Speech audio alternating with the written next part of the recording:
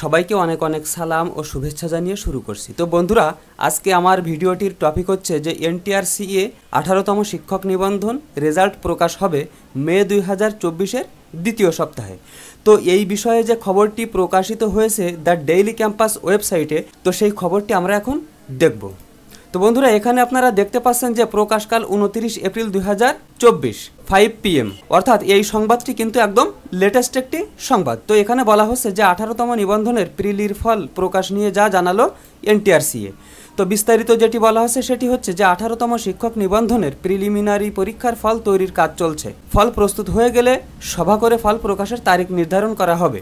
আজ সোমবার নিজ দপ্তরে দ্য ডেইলি ক্যাম্পাসের সঙ্গে আলাপকালে একথা জানান বেসরকারি শিক্ষক নিবন্ধন ও প্রত্যয়ন কর্তৃপক্ষের সচিব ওবায়দুর রহমান।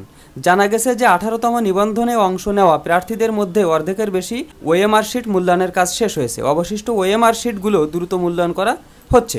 মে মাসের প্রথম সপ্তাহে ফল তৈরির কাজ শেষ হবে বলে আশা করছে এনটিআরসিএ।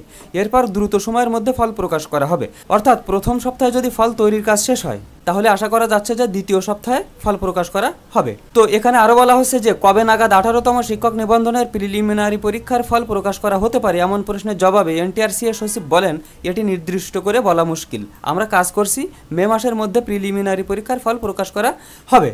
তো সামাজিক যোগাযোগের মাধ্যমে ফল তৈরির কাজ শেষ, 6 লাখের বেশি প্রার্থী উত্তীর্ণ হয়েছেন বলে খবর ছড়িয়েছে।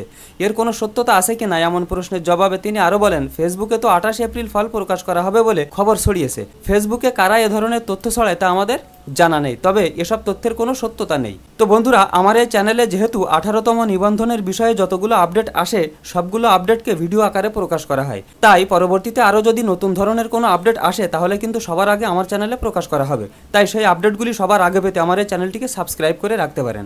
তো আজকের ভিডিও বন্ধুরা এই পর্যন্তই। পরবর্তীতে আরও সুন্দর সুন্দর আপডেট সহ ভিডিও নিয়ে আসার প্রত্যাশায় আজকের মতো এখানেই বিদায়। আল্লাহ হাফেজ।